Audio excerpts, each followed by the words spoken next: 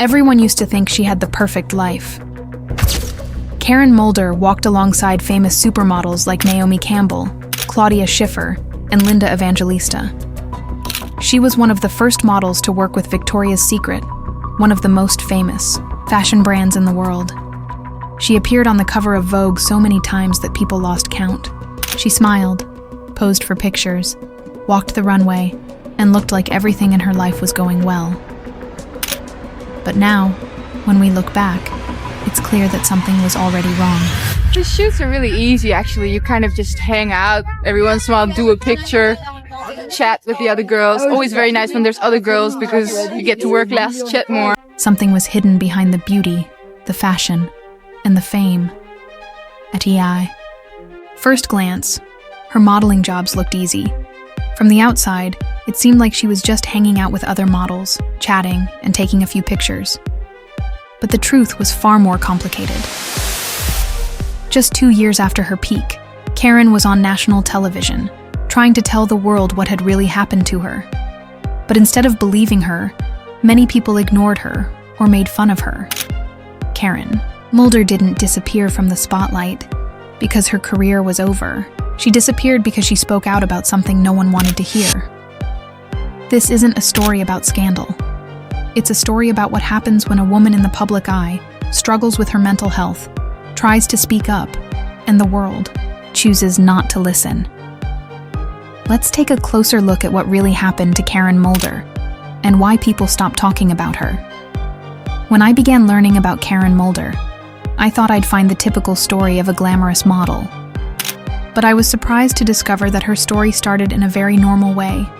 She didn't grow up dreaming of being famous. She wasn't obsessed with fashion. In fact, she didn't even enter the modeling world by herself.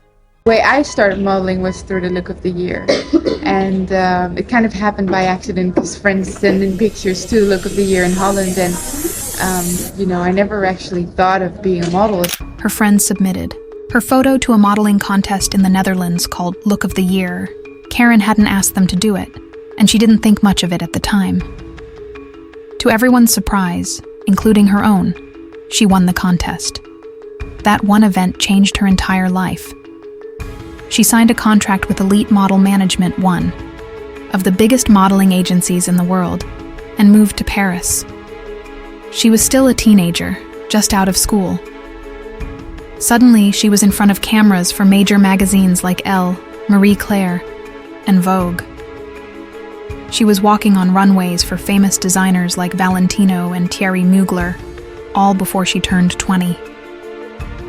There isn't much public video from those early years of her career, but anyone who knows what the modeling world was like in the early 1990s knows how demanding it was. Even at 18, Karen was already being flown across Europe for jobs. She would often get booked with almost no notice and had to travel alone. Models at the time were expected to fit into a strict mold. They had to be graceful, extremely thin, polite, and photogenic. And they were expected to smile and be thankful for every opportunity, even when they were exhausted, stressed, or uncomfortable behind the scenes. Karen did everything she was supposed to. She stayed quiet, worked hard, and never caused any trouble. People in the industry saw her as professional, well-behaved, and dependable. She had a very specific look: icy blonde hair, high cheekbones, and a stillness in her face that gave off elegance and mystery. Photographers loved it. Designers kept hiring her again and again. She had what people in the fashion world call the spark, something more than just beauty. It was a presence that made her perfect for fashion's fantasy world.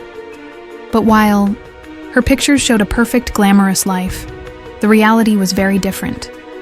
Karen was still a teenager learning how to navigate a high-pressure job, foreign countries, new languages, and a constant stream of photo shoots, castings, and flights.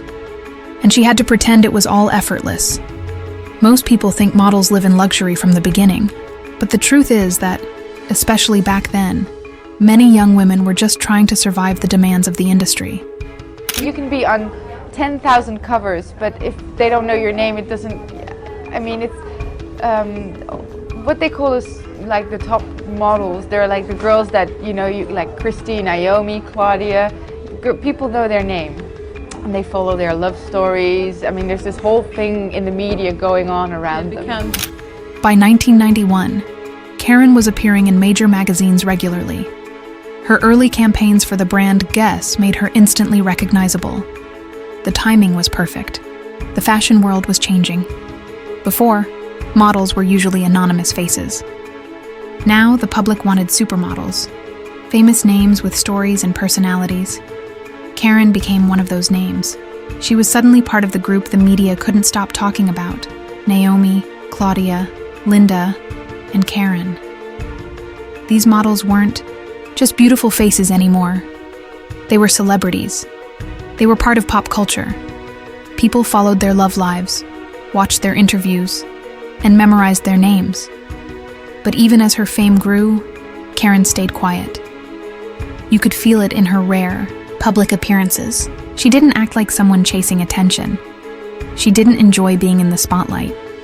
She wasn't loud or dramatic. She just did the work and stayed out of the drama. By the mid-1990s, Karen Mulder was everywhere. She walked the runway for some of the most famous designers in the world: Valentino, John Galliano, Yves Saint Laurent. She was one of the first faces of Victoria's Secret. Her face appeared on international covers of Vogue, Elle, and Harper's Bazaar. She had become more than just a successful model. She was part of fashion history. She was one of the women who defined the supermodel era. This was a time when fashion was built on fantasy, and Karen was perfect for it.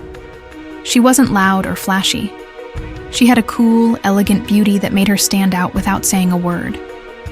The industry loved that about her. But if you listened closely to what she said in those rare interviews, I never thought I was pretty, really. I mean, it's only been a few years that people started saying to me that I was pretty. I mean, I never felt like I was a very pretty girl. you could tell something wasn't quite right. She once said that she never really saw herself as beautiful. She said it wasn't until a few years into her career that people started calling her pretty, and she still didn't fully believe it. That may sound like a small comment, but it says a lot. Even when she was one of the top models in the world, she didn't feel like she belonged there. She didn't feel like the glamorous, confident woman the media described. Magazines gave her nicknames like the Ice Queen and the Porcelain Goddess. They called her untouchable, cold, and perfect. But that wasn't how Karen saw herself. She didn't try to create that image. The industry created it for her. She just showed up, did her job, and went home.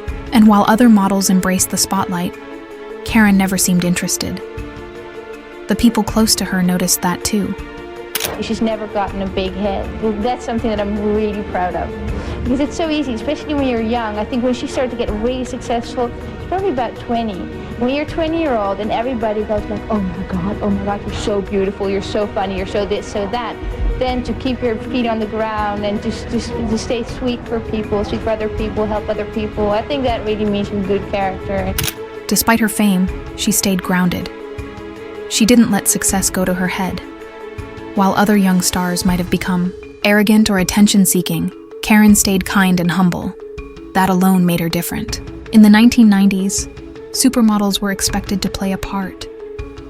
They had to be more than beautiful. They had to be personalities. They had to show up at parties, be seen with celebrities, and keep themselves in the public eye. Karen didn't want any of that. She didn't go to every event. She didn't chase fame. She wasn't trying to become a headline. And when you don't give the industry what it wants, it slowly turns away. The only person Karen ever mentioned staying close to in the fashion world was Carla Bruni, another model who wasn't interested in fame. Carla avoided interviews, kept her life private, and eventually left modeling altogether. Karen and Carla didn't go to parties or start drama backstage. They didn't need the attention. They focused on the work and protected their personal lives. That kind of friendship makes sense. They were alike in how they viewed the world. Behind the scenes, Karen was already starting to pull away from fashion. She tried singing, she took acting lessons, she traveled by herself. It was clear she was looking for something outside the world of photo shoots and fashion shows. If you only looked at the magazines, you wouldn't notice the change. But if you paid attention to her words, it was clear Karen was trying to find out who she really was, not as a model, but as a person. During those years, she didn't seem like someone enjoying fame. She seemed like someone trying to survive it. She had the world's attention, but she didn't use it. She didn't push for more campaigns. She didn't build a brand around her name. She worked quietly and then faded into the background again. But something happened when she was on the runway. She once said that when she was modeling, she didn't feel like herself. She said she liked pretending to be someone else. That one sentence says so much. Maybe the person she was pretending to be, the confident, glamorous supermodel, wasn't real. Maybe she was just trying to act like everything was okay. By the late 1990s, Karen was still working, but she was appearing less often. She traveled less. She gave fewer interviews. No one knew exactly why. It seemed like she was quietly retiring. But the truth would come out soon, and it would shock everyone. When I'm on the stage, I feel like I'm somebody else. I'm not me. I like to pretend I'm somebody else. When a woman says something uncomfortable, especially if she's emotional or upset, the world often finds it easier to dismiss her than to listen. If her story challenges the image people already have of her, they ignore it. If she doesn't sound perfect while telling the truth, people decide she must be lying. That's exactly what happened to Karen Mulder. Instead of listening to her, people turned away. She had been a model for over a decade. She had worked with the biggest names in fashion. But now, none of that mattered. The industry didn't protect her. The media didn't protect her. Even the show that gave her a platform refused to let her words be heard. And just like that, Karen Mulder disappeared from public life. It would be years before she gave another interview. After that moment in 2001, Karen stayed out of the spotlight. She stopped modeling. She stopped giving interviews. She focused on her private life and healing. She later said that she had been struggling for years. She had dealt with depression and burnout. She had taken medication that made things worse. She had been hurt, and she didn't feel like she had a voice.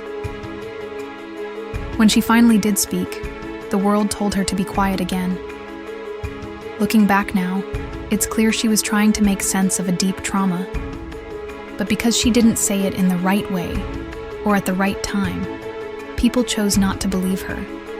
This happens to a lot of women, especially those who come forward about abuse in powerful industries. People ask, why didn't she say something earlier? But when she does say something, they ask, why is she saying this now? It's a cycle that makes it almost impossible for women to be heard. Karen once said she felt like people only cared about her when she was beautiful, when she smiled and looked perfect. The moment she showed pain, fear, or vulnerability, they stopped caring. She went from being called the porcelain goddess to being mocked for mental health struggles almost overnight.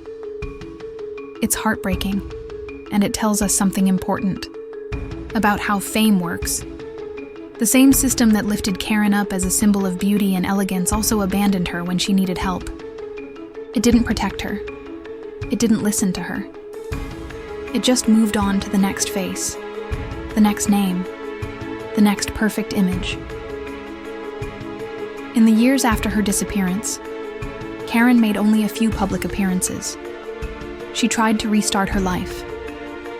She recorded some music. She modeled a little. But the world had already decided what they thought of her. She was no longer seen as one of the greats. She was seen as the one who had a breakdown. That's the danger of fame. People love you when you give them beauty, silence, and mystery. But if you break that image, if you tell the truth, if you show pain, they turn away.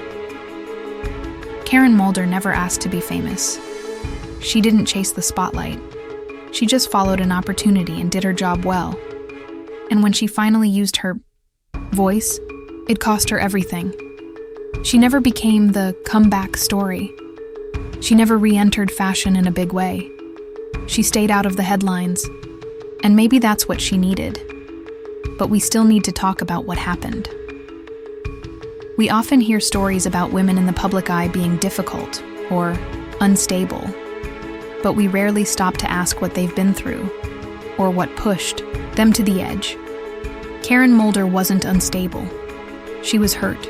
She was exhausted. She was trying to make sense of trauma in a world that didn't want to hear it. It's easy to believe beautiful people live perfect lives. But beauty doesn't protect you from pain. It doesn't shield you from abuse. And in some industries, it can even make you more vulnerable.